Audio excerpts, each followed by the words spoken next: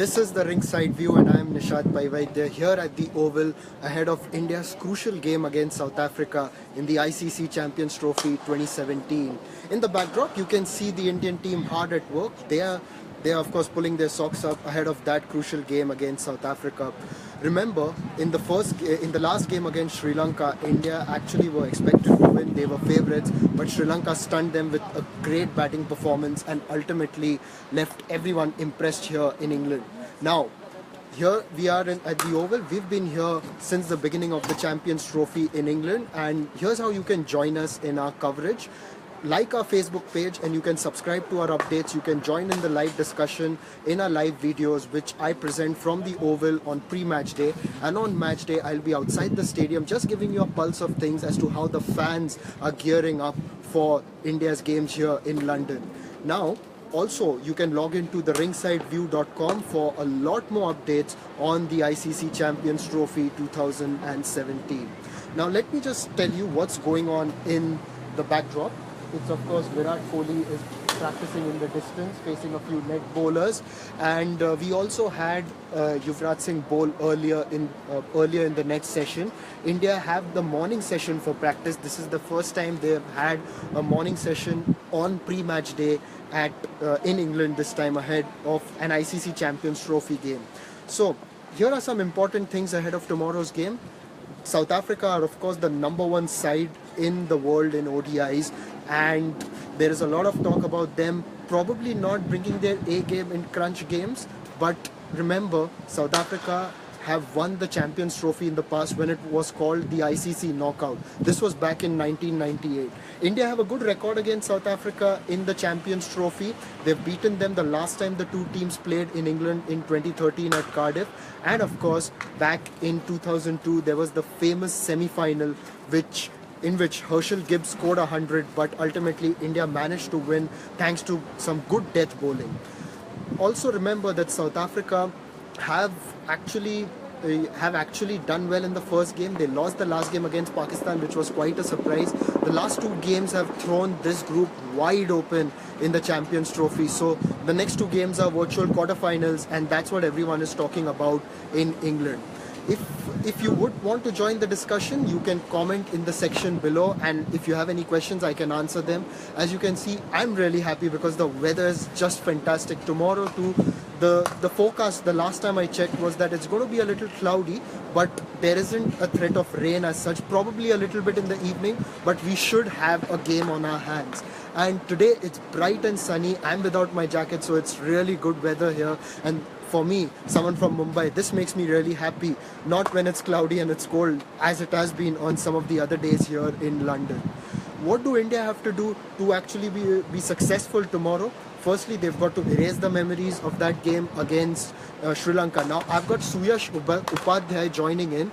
He's asking me, can you tell us your thoughts on India's team selection? Do you think Ashwin will make way for Jadeja or Jadhav? It is possible Team India may consider playing Ravichandran Ashwin tomorrow for the variations that he brings in. He is, after all, one of the best spinners in the world. He's the ICC Cricketer of the Year last year. Leaving him out was, of course, a tough decision, but Indian team took that brave call. It worked in the first game. Probably they missed him in the last game. Now, will Ashwin have a role to play tomorrow, given that De Kock will open and Miller and Dumini in the middle order? Yes, if you bring in the fact that South Africa have those left-handers in the side, then definitely someone like an Ashwin will have a role to play because he will get the ball to spin away from them largely. And with left-handers in the side, an off-spinner is obviously invaluable. Now, a lot of questions coming in about the possibility of Ashwin playing, but that has been the key talking point for India here.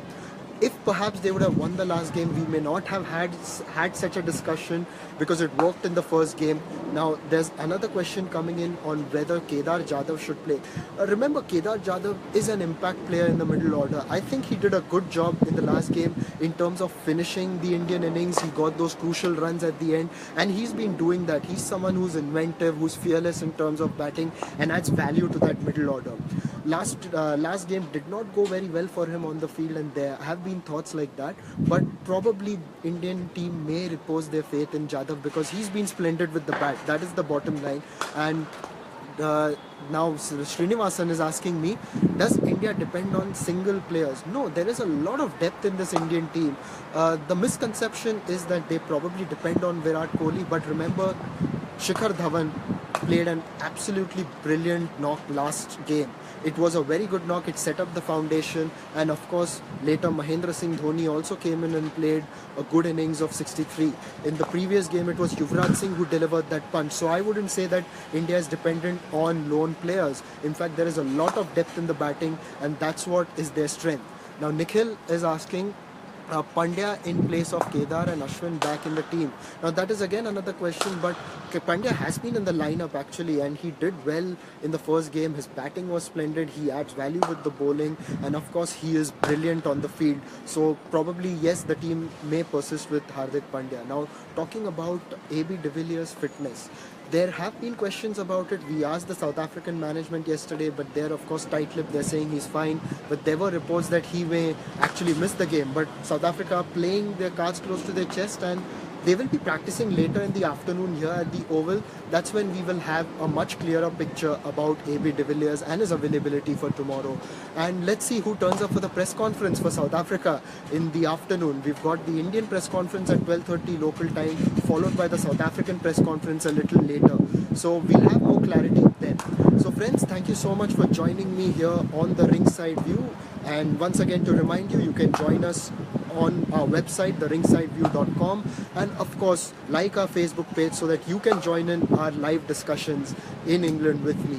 Now Prince Sony is asking me another, would you guess that the match status for tomorrow now? Will it be high scoring?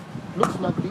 The batting track usually is fantastic here at the Oval, and there's no reason why it will not be another run fest tomorrow unless the wicket changes dramatically.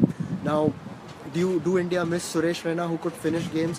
Well, the thing is that India have a lot of depth. They've also found someone like Hardik Pandya who can deliver that punch at the end. Kedar Jadhav has been doing the job. So there are a lot of people who can do a lot of jobs. It's just a matter of who's in the best rhythm and accordingly has been picked, because Jadhav did well in that ODI series against England. Pandya has shown promise, so which is why they were here in the side.